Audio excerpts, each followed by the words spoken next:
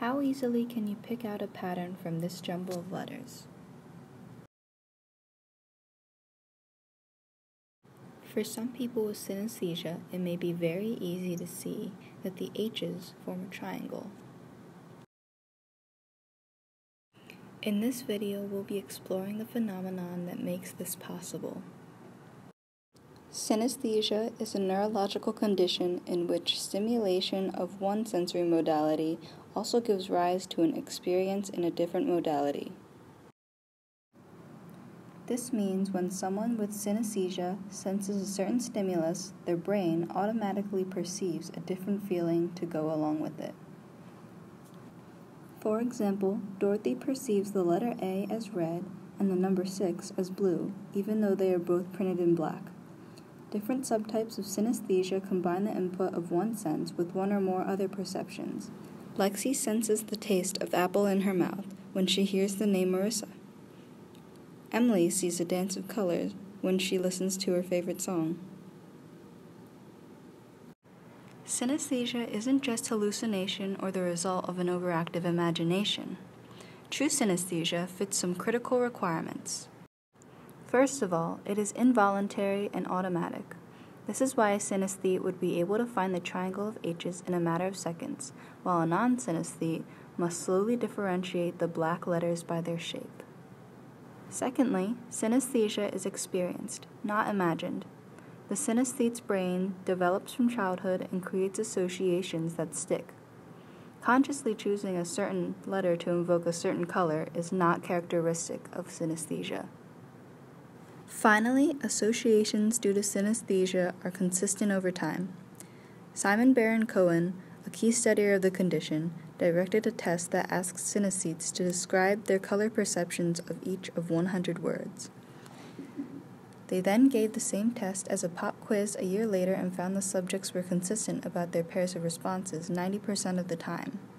The same experiment was performed on non-synesthetes, who achieved a consistency of only 20% with just a 2-week interval between tests. People aren't certain what percentage of the population has synesthesia, but studies have predicted a range as broad as every 1 in 2,000 to every 1 in 200. Factors for this uncertainty include the fact that many synesthetes don't know their ability is unique, the same way colorblind people start their lives thinking of their condition as the norm. There's also the fact that about 40% of synesthetes have first-degree relatives with synesthesia, which enforces their belief that synesthesia is nothing worthy of reporting. With the knowledge that synesthesia can be passed on genetically, we turn to the underlying cause of synesthesia. But we don't know the cause. But we do have theories. Grossenbacher theorizes that one-way paths from multisensory areas to single-sense areas of the brain are affected in a way that the senses become jumbled. Meanwhile, Baron-Cohen and his team believe that an unnaturally large number of neural links had developed between regions of a synesthete's brain, while non-synesthetes' sensory regions remain separate.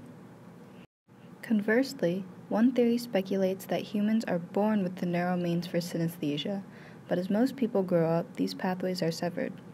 In synesthetes, these connections would just never be lost. This brings up an interesting potential application for synesthesia. What if all humans have synesthesia from birth, but the people we have labeled as synesthetes are the only ones strange enough for us to notice? V.S. Ramachandran is a well-known neuroscientist who subscribes to this idea. He supports his belief with the help of the Kiki Booba effect. When subjects are presented with two shapes, one rounded and one angular, and then asked to designate each shape as a Kiki or Booba, the participants almost always choose Kiki for the sharp shape and Booba for the blobby one. This relates the sound of the words to the visual shape, making the Kiki Booba effect loose evidence that all humans possess a subtle uniting form of synesthesia. And that is seriously cool.